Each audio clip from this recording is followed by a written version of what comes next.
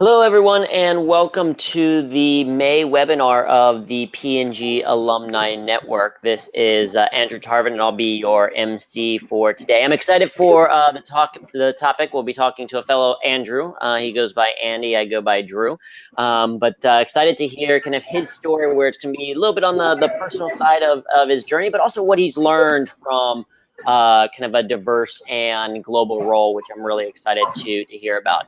Especially as we think about, sometimes taking these big jumps feel like a risk. And as a former project manager at P&G, I'm relatively risk adverse.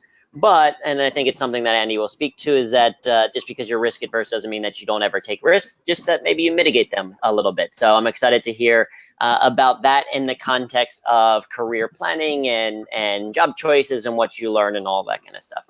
Before we jump into that, just a couple of quick announcements. If you are joining us for the first time, this is the P&G Alumni Network webinar. We do it as a roughly monthly series.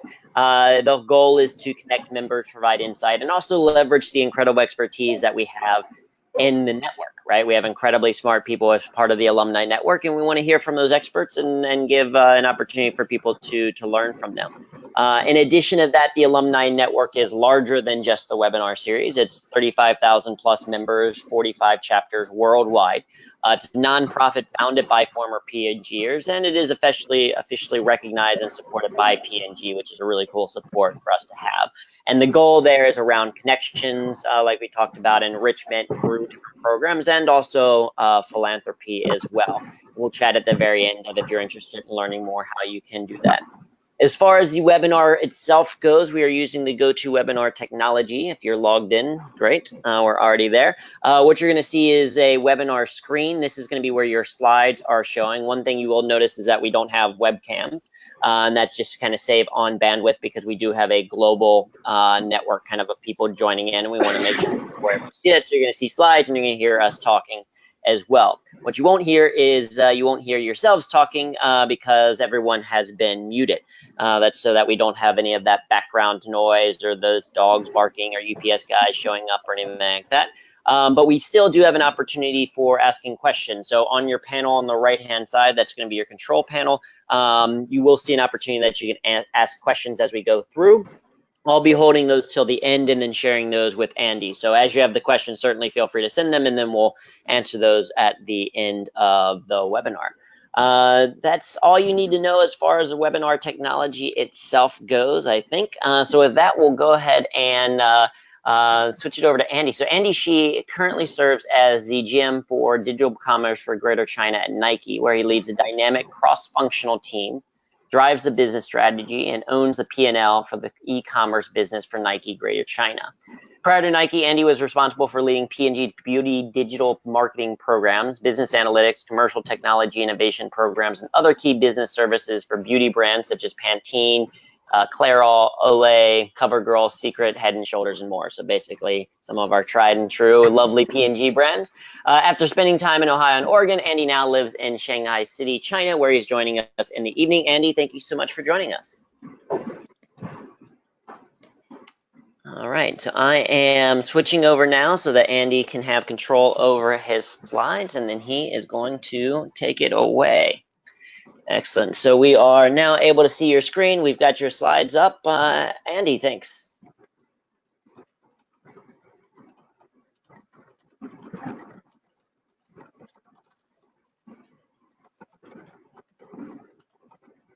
All right, and if you are talking, we can't hear you for some reason. We can see your screen.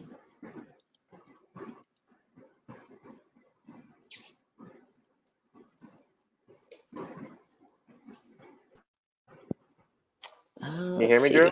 Yes, Hello? we can hear you now. There we go. Okay, sorry about that. I'm not sure what happened. It was just a temporary glitch. But as I was saying before, good morning, good afternoon to everyone, depending on where you are in the world. As Drew said, I'm coming from Shanghai tonight, and an honor to be giving you guys a little bit of overview of the experiences I've had and some of the perspective I've learned in my career on how global experiences can impact you. So let me take you through the agenda. So I'll start with a little bit of introduction on my background, and then share some of my own thoughts and learnings about why something like this matters. And then talk about my personal career journey and how that's helped my growth experience, both at P&G and then after P&G at Nike.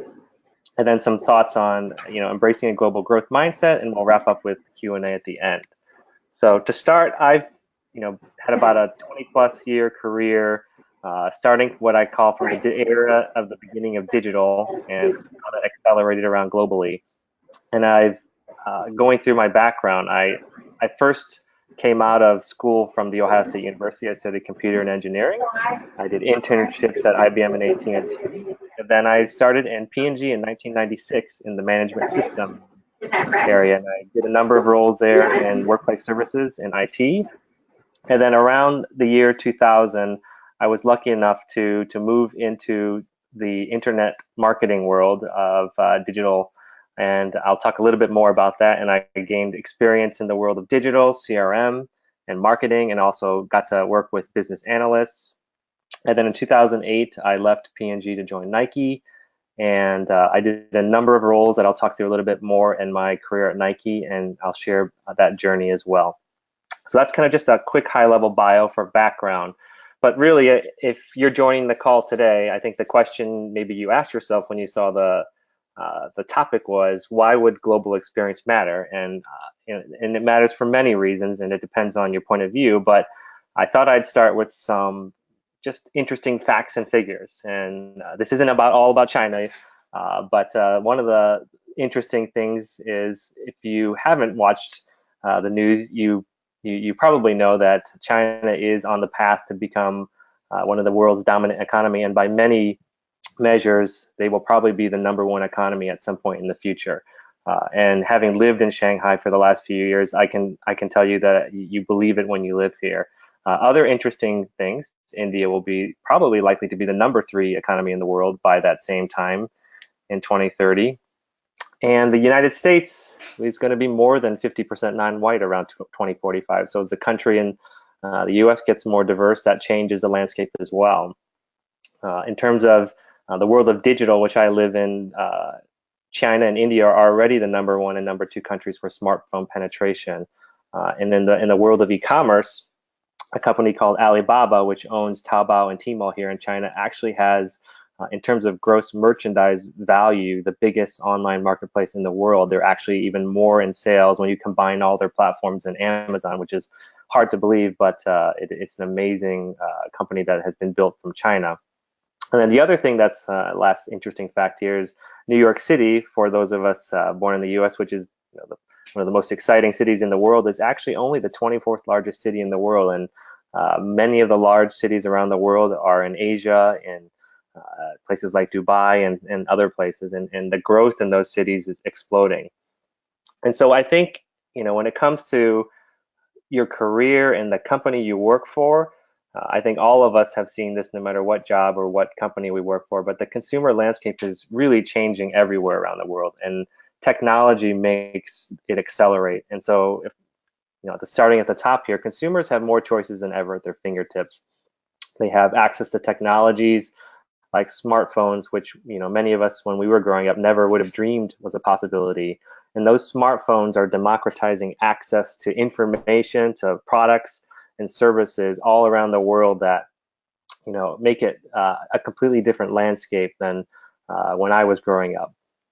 And then many of you also, if you work in retail, that sort of the brick and mortar retail world, the old world of retail, is dying, and what many companies and many industry analysts call new retail is what's rising. And new retail it's not just about digital, actually. It's about data, and it's also about experiences and delivering a much better holistic end-to-end omni-channel retail experience. And that's the future of what companies need to drive to win their consumers. And data is king. And whether you follow the news and you see what happens to companies like Facebook when they lose public trust, or for me, you live in China and you see the power that these companies have to collect data and understand their consumers. This is an area that's certainly becoming a new war zone for companies to win consumer data so that they can better serve their consumers. And I think the last thing here on this page is that big cities all around the world are growing faster, and that impacts a lot of things. The talent and where people want to live, where the best engineers, where the best marketers, you name the function, they want to live. These young people want to live in cities that are more exciting and have access to things that the smaller cities don't. And so whether it's in China, whether it's in Europe, or even in the US, people are migrating to more of these exciting new cities. And so I think that also drives landscape changes for companies and any of us doing business around the world. So better understanding your consumers and your own team wherever you work is going to be critical to your success in a career. And as I mentioned, the pace of change that happens everywhere means we have to really stay on top of that and understand where we are, where we're living, and the consumers that we serve. And so there are many paths to expanding global experiences. And I just pulled a couple quotes for reference. This one is an older quote from Robert Frost: "Two roads diverge in a wood, and I took the one less traveled, and that has made all the difference." And then from more of a new marketer, an expert in the space named Seth Godin: "Most people are searching for a path to success that is both easy and certain, and most paths are neither." And really one of the themes as I talk about my global experiences and what I've learned in my career tonight is really about embracing sometimes paths that are not as easy or maybe a little bit less well-traveled than others on your journey to develop skills. And so I'll talk about my journey now, which is really broken into 4 different phases. I came out of college and joined P&G in 1996. And for all of us that have worked at P&G, it's an amazing company. And for me, it was one of the best places you can imagine to start to build a strong foundation. There were amazing managers and people, and just one of the persons I'll reference is actually someone that passed away recently, but the director that hired myself, and actually at the time my future wife to be, was named Jay Price. And he was just a great example of a leader that even after I left his organization, became a mentor, an advocate, and someone that was always behind the scenes as a cheerleader. And someone like him had this amazing legacy of being at cause, to always find ways to fight and go after solutions even when it's tough. And those type of people there's a lot of those great people at P&G, and actually most companies don't have such great talent. And P&G is also a place where you get best-in-class training and coaching. You learn the value of teamwork and collaboration. And one of the things that P&G is great at, which probably drove some of us mad at some of the times, was process, the importance of standards and process and documentation. And while sometimes that can be overboard depending on what your perspective is, it really does build a strong foundation of skills to have those kinds of things and learn them from some of the most talented people. And then P&G is a very global company, right? So one of the things that you learn quickly to succeed at P&G is you really have to appreciate and embrace the power of diversity. And for me personally, I was able to be involved with a team at P&G called the MCMN Multicultural Multinational Team, and I really learned to value the different styles and approaches, whether it's from people living in different countries or working in different functions. And then finally, making connections.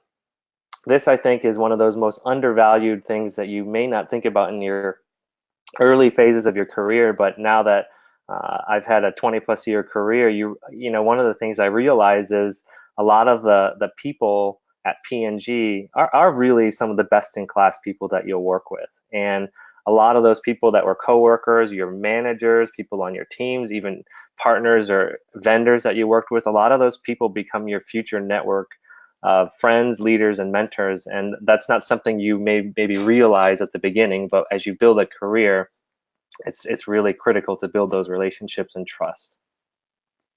So that was the first phase of my career.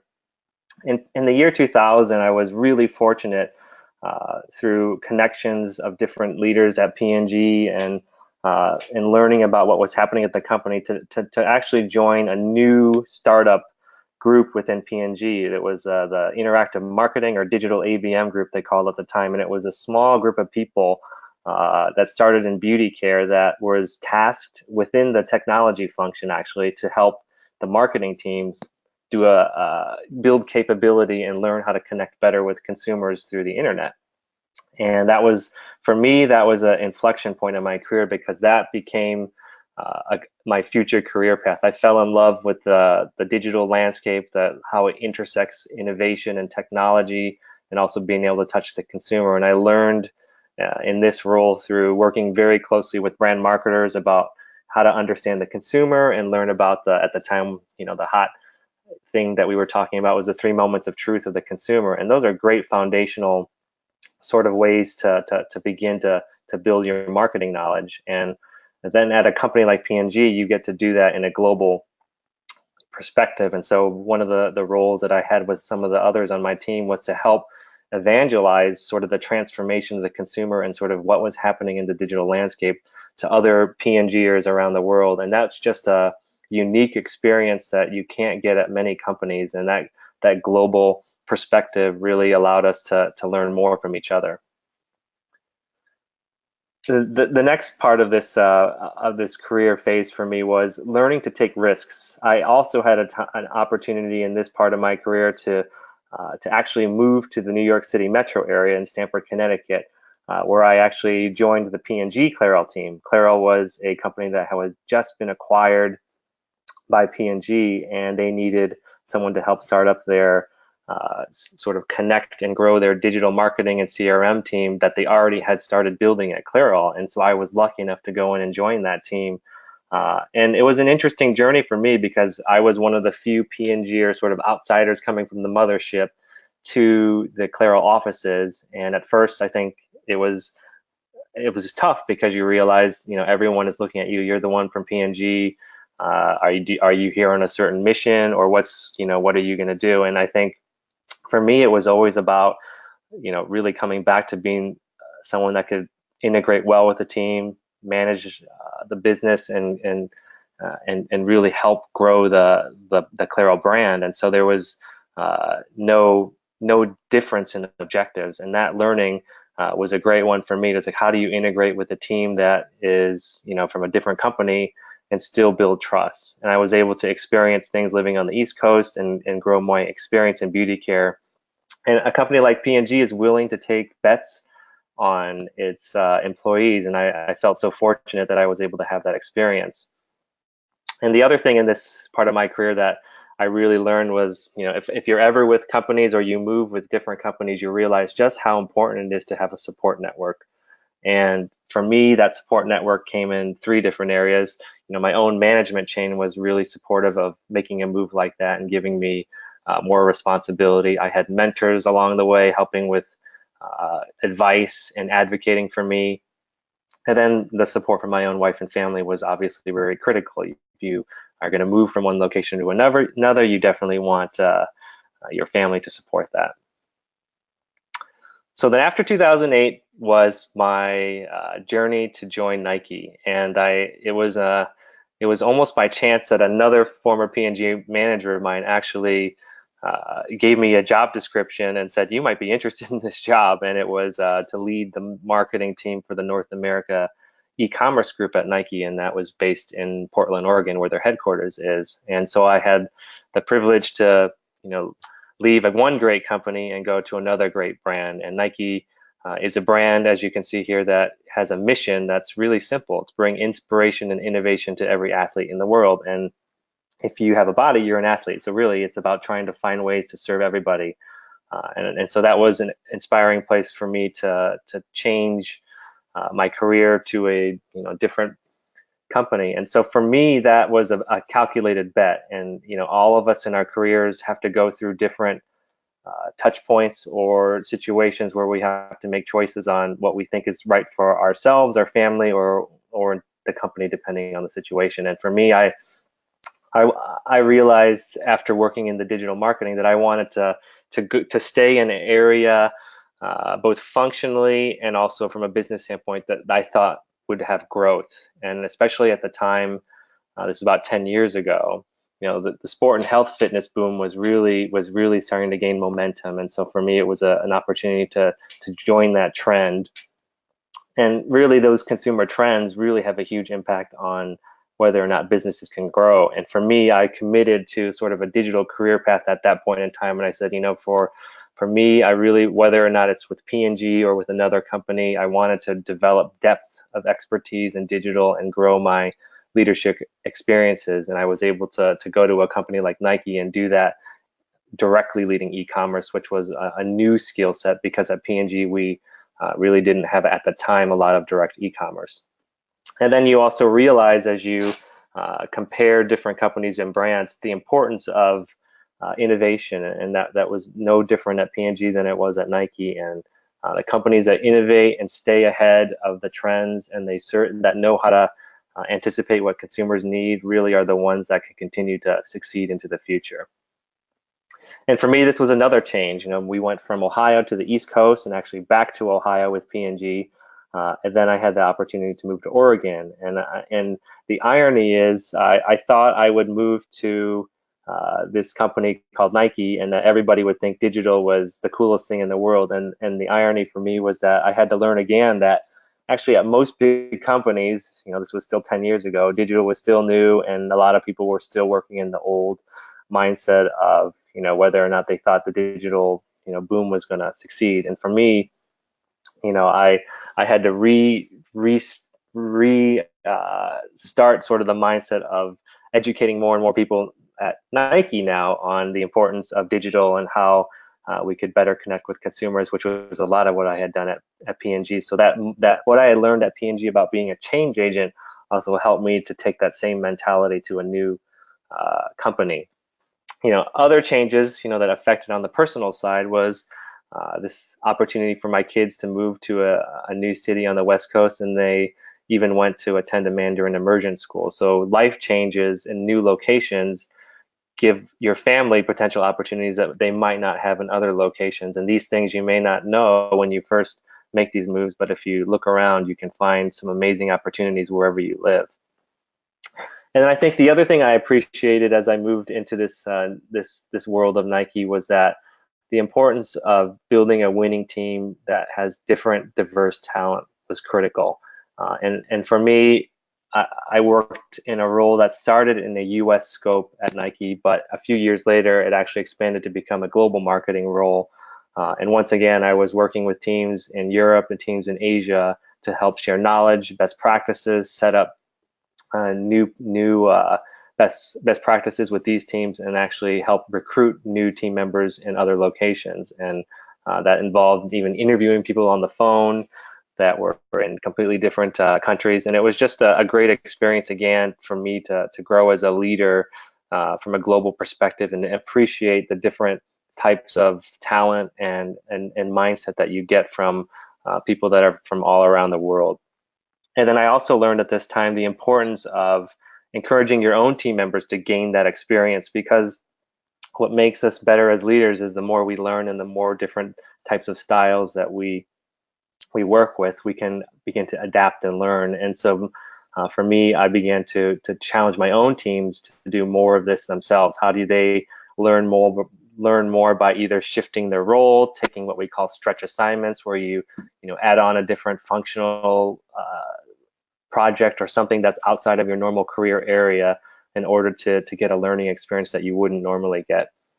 And the importance of teams on this last bullet point here is I learned that really building teams is about having trust with each other. And this quote there's a book called The 5 Dysfunctions of a Team is, great teams don't hold back with each other. They admit their mistakes, weaknesses, and concerns without fear of reprisal.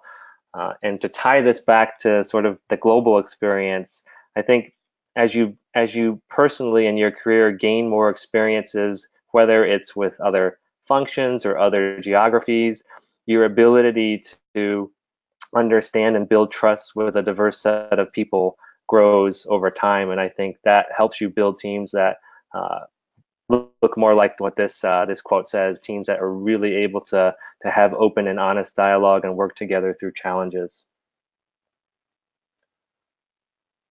And we say this a lot at Nike, but at every company, it's true. You win or lose together as a team. So then in the last part of my career is where I am today. And about 3 years ago, my family moved to Shanghai, and it's been an amazing career journey as well as a life experience. And For me, I grew up in Ohio in the U.S., and all I knew in terms of living was always in the United States. Now, my parents were actually from Shanghai, not from Shanghai, from China, and the opportunity to come and move to China was an amazing one in terms of being able to connect back with my sort of the background of my family, but also have a new experience living outside of the U.S. for the first time. And some of the amazing experiences you have on the personal side when you live in another country are being able to visit places that you never would. So for me personally, and with my family, we've been able to go to places like Cambodia, to Australia, Japan, and then visit amazing wonders like the Great Wall. And so if ever any of you have an experience to live in another location or even another country, I would highly recommend it if the circumstances are right, because you will learn things way beyond your job that you would never get just living in the same place.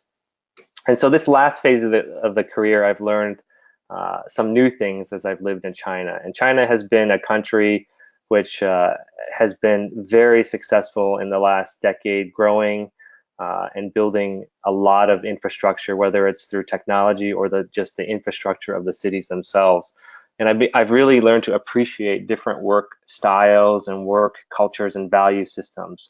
Things move faster in China, and the speed here is amazing, whether it's how fast a building is constructed to how quickly a company or a brand can change its strategy.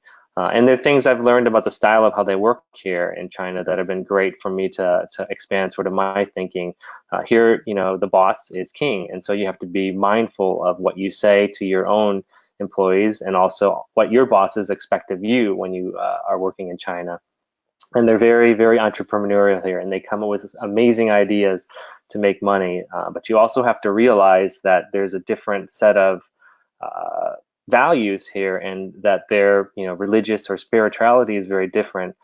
And one of the examples is if you come to visit China, you might think if you're just a tourist that why are the people maybe sometimes seemingly rude, or if you get into a line, if you're at a big like a tourist attraction, they might cut in front of you, and you might think, oh, these people are just not nice.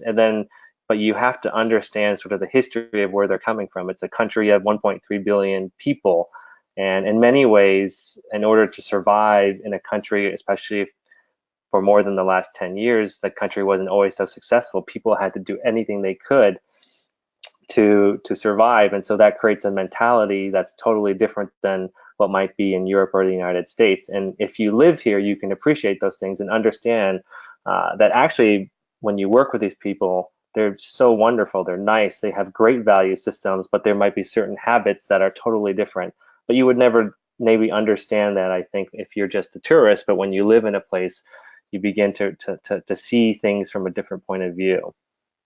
One of the other things that I think I've learned personally as I lived in China is building more toughness and resilience. And you realize that some things that you thought might have worked in one place, whether it's the US or another location, they don't always work the same in another. You can't use the same tricks or the techniques everywhere you go. And so you'll make mistakes, and that's okay. Whenever you go into an environment that's completely different, you're working with new team members, you might make mistakes, but if you learn from them and evolve, you can grow from that. And then you also realize that wherever you are, for me personally, you can't please everyone. The larger the team that you lead, you really have to take a view of what's right for the broader team, what's right for the business.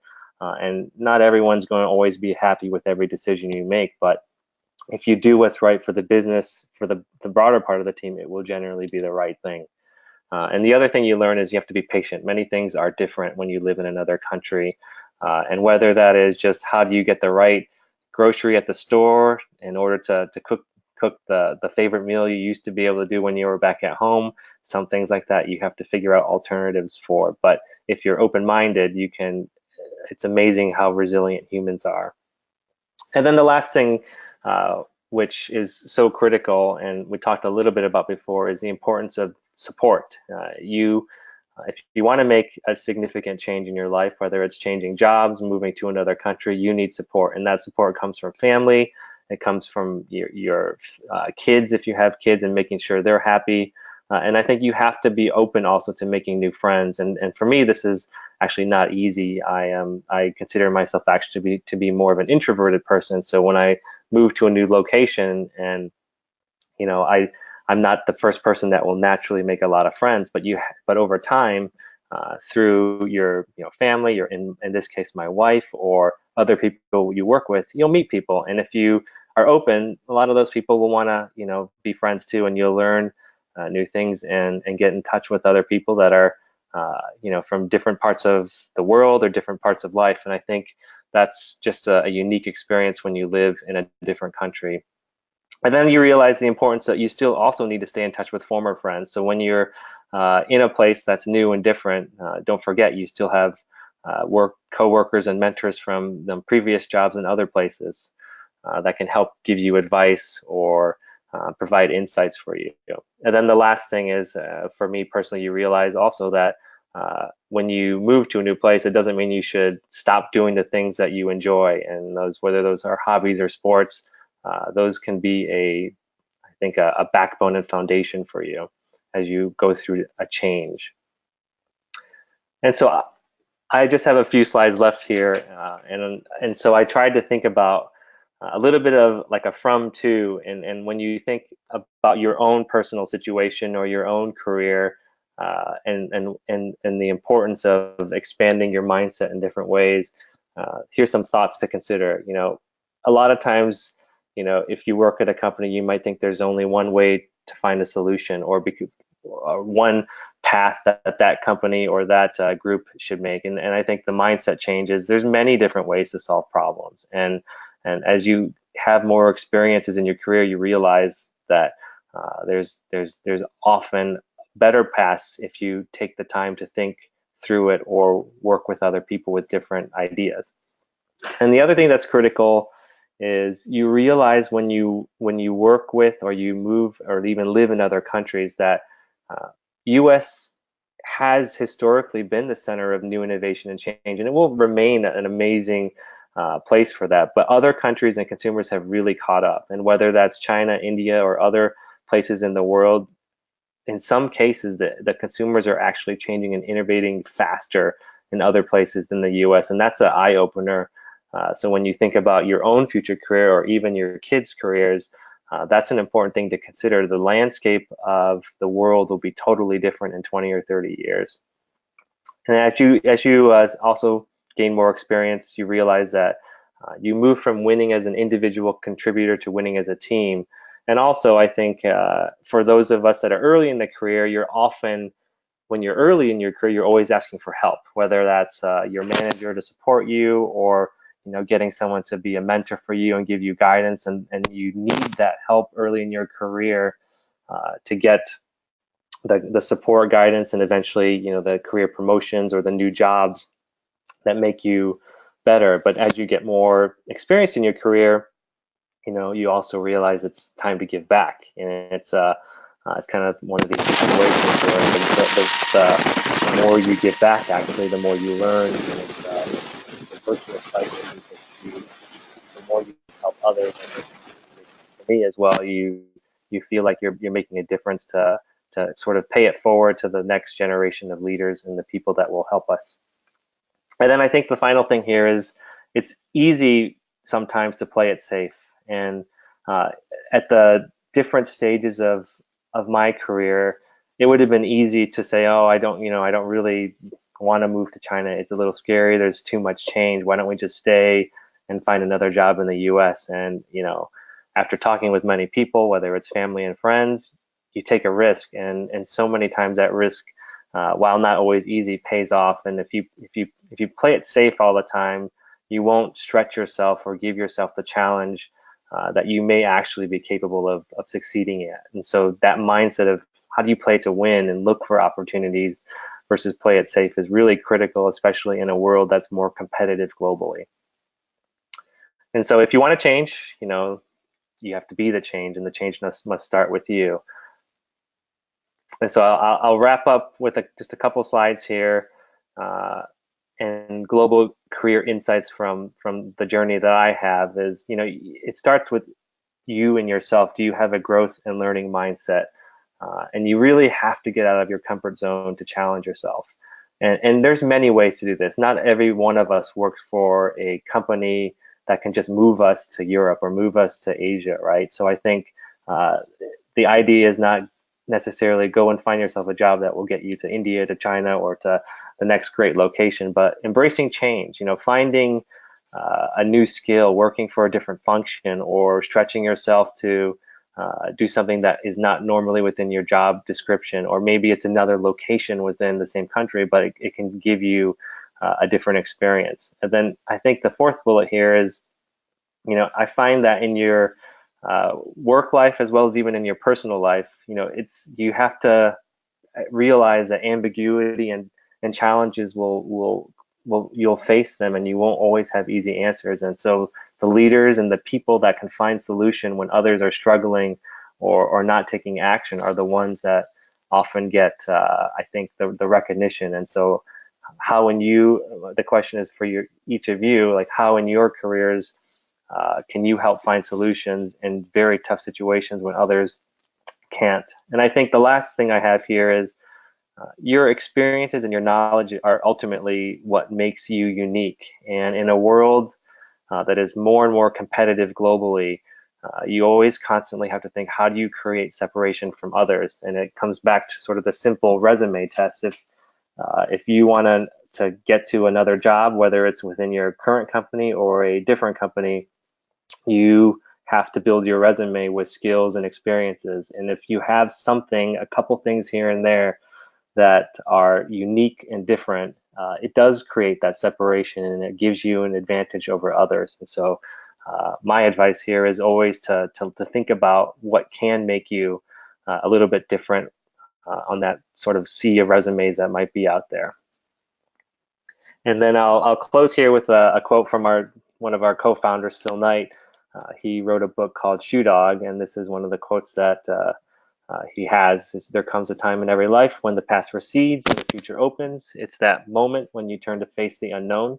Some will turn back to what they already know. Some will walk straight ahead into uncertainty. I can't tell you which one is right, but I can tell you which one is more fun. And I think it's a great quote, because if you have read anything about Phil Knight, who's the founder of Nike, he took amazing risks and early in his career, some that were absolutely insanity or crazy for most of us to consider, but obviously that eventually paid off for him to build a multi-billion-dollar brand. And so what he says is true. Sometimes it's not easy, but if you challenge yourself and try to take on experiences that are different, it will definitely grow you and hopefully give you more fun.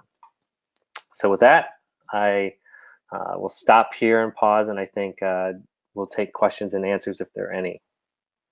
Yeah, Drew? absolutely. I think, yep. So I think fantastic presentation. A lot of great insights, and to the point that I think the most popular question right now is, will people have an opportunity to get these slides? So certainly we will. We've been recording the webinar, and so people have the opportunity to afterwards to go back and review it. But are you open to sharing the PDF of these slides with some of these insights, Andy? Or is there a way for them to get some of this knowledge? Yeah, I think I can share most of them. There might be one or two things I have to pull out, but it shouldn't be shouldn't be a problem, Drew. Yeah. Okay, great. Yeah, so we're gonna have a follow-up email that will be sent out a couple hours after this overall event, so you'll be able to find a way to access those there. We'll mention it in that. And there is an opportunity if you have other questions. Certainly, feel free to share those. We have a couple minutes for that. One question that people had is, and you kind of spoke to this a little bit towards the end, is that if within your current organization you don't have an opportunity for, say, an international assignment, are there other things that people can do to get exposure and to take advantage of some of these things that you're talking about how they take risks and learn things from a cultural perspective, whether that is it like just traveling a little bit more? Is it, you talked already a little bit about expanding into different functions and different roles. Any additional ideas on people who want maybe some international experience but feel like they can't necessarily get at their current location? Yeah, it's a great question. I mean, every company is different, but one thing that I've seen that seems quite universal is good leaders at any company are looking for the future leaders. And what they look for in those future leaders is people that are willing to take initiative, come up with their own ideas, and maybe even propose things that maybe seem on at the beginning crazy, right? And so I think if you're in a situation where you feel like you can offer more to that brand or that company, but maybe you're stuck because you feel like your job description limits you, go talk to your manager and think about ideas and be strategic. Come up with, here's a list of 2 or 3 things that I think would be really beneficial to our team or to our business, and how you can personally help drive that. And maybe that involves taking on a project that is normally not within your job description, or maybe it's going to work with a team that you don't normally work with, which could be in a different location. And so if you never know if you don't ask. And I guess that's one piece of it. Advice is, if you don't come up with the idea and at least try it, you'll not know. And a lot of times, for me personally, having managed a lot of people over the 20 plus years, you actually really love it when somebody on your team comes to you and they say, hey, I've got this idea. Maybe if I go to New York and do this for 4 months and work with this part of the team and this company, we could actually build XYZ.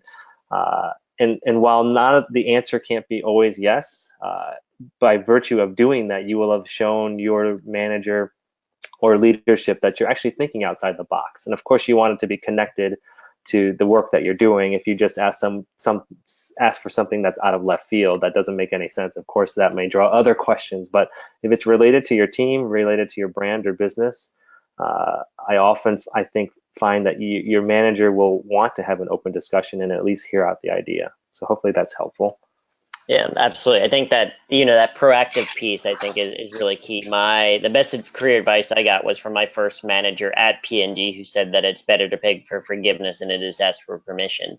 And so Very that's true. speaking to that idea of taking it. And I think, and one of the things that you mentioned, I think it's, something that many of us alumni share in common, is that we always talk about the caliber of people at P&G, and sometimes we miss that when we're gone, or like that's what we really were drawn to. What when people say that, the caliber of people, what do you think that entails, and how do we make sure that we're that caliber of person even now that we've left, to be basically that people say, oh yeah, they're good people? What do you think kind of goes into that? Yeah, P&G hires a high caliber of people. And even though I've actually worked only for 2 companies for the major part of my career, within all of our jobs, when you work this long, you work with tons of other companies, whether they're agencies or large, marketing partnership or technology companies. And what I know about P&G to be the truth is that the consistency of people, of good people, is what makes P&G different. There are great people at every company, actually, but what you find is that P&G, that people are really consistently good, and that they take ownership and they care about being good teammates. And that's not as easy to find at most companies. There's a large range of people, some that are rock stars, and then some that are really average or even under average. And I think what you do get a little spoiled with when you work at P&G is you take it for granted how good the average person is at P&G. And when you go to another company, you actually have to reset your mindset a little bit and be able to discern talent differently, because not everybody has the same foundation. Yeah, that's great. For the sake of time, we'll call it there. Any last words you'd like to share before we wrap things up, Andy? Yeah, I just have this one last slide. This actually comes from a Nike marketing campaign from a number of years ago, from the last Olympics. And it was a simple thing that said, find your greatness. And this ad campaign was one in which very average people, whether it's a kid or it's someone that's trying to lose weight, to start running, uh, it was inspirational in the sense that, wherever you are, what I've added here, it's never too late to start, right? And so whether you're 5 years into your career and you're trying to figure out what can I do to get the promotion or get a new job move, or you're actually 20 years into your career, and you have inspiration, I think it's never too late. And so put yourself in a place where you have an opportunity to try something different, challenge yourself, and hopefully it will lead to something positive after that.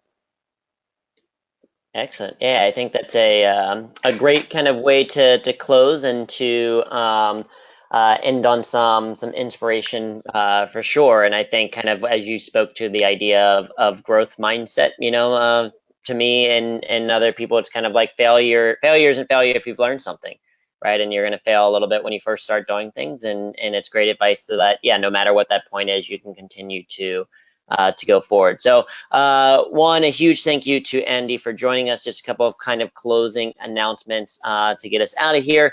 As you know, we said, the P&G Alumni Network is larger than just these webinars. So some things that you can do to get involved. You can sign up for updates at pgalums.com. Support the foundation at pgalums.com/foundation, where you can learn more about some of the things that we're doing to give back, as well as partner with us. If you have ideas for how to start you want to join a chapter local, or if you don't know if there is one local you want to start when, you can do that. Volunteer for other things, learn about future events, etc., all that kind of stuff. Just simply send an email to hello@pgalums.com. Like I said, in a couple of hours, as soon as this closes, you'll get a survey. Please fill that out. That helps us to understand what it is that you're looking for going forward. In a couple of hours, you'll also receive an email that includes the webinar kind of recording for that. We'll share how you can kind of get the slides from today. Andy, thank you so much for joining us and for sharing your insights and for sharing your story. It was a really cool kind of balance of hearing your journey, but also lots of great nuggets along the way. You're welcome, and thanks to everyone taking time to join today. Excellent. Thanks all, and have a great rest of your day, or get some sleep if it's a little bit later on your side. Have a good one. Good night.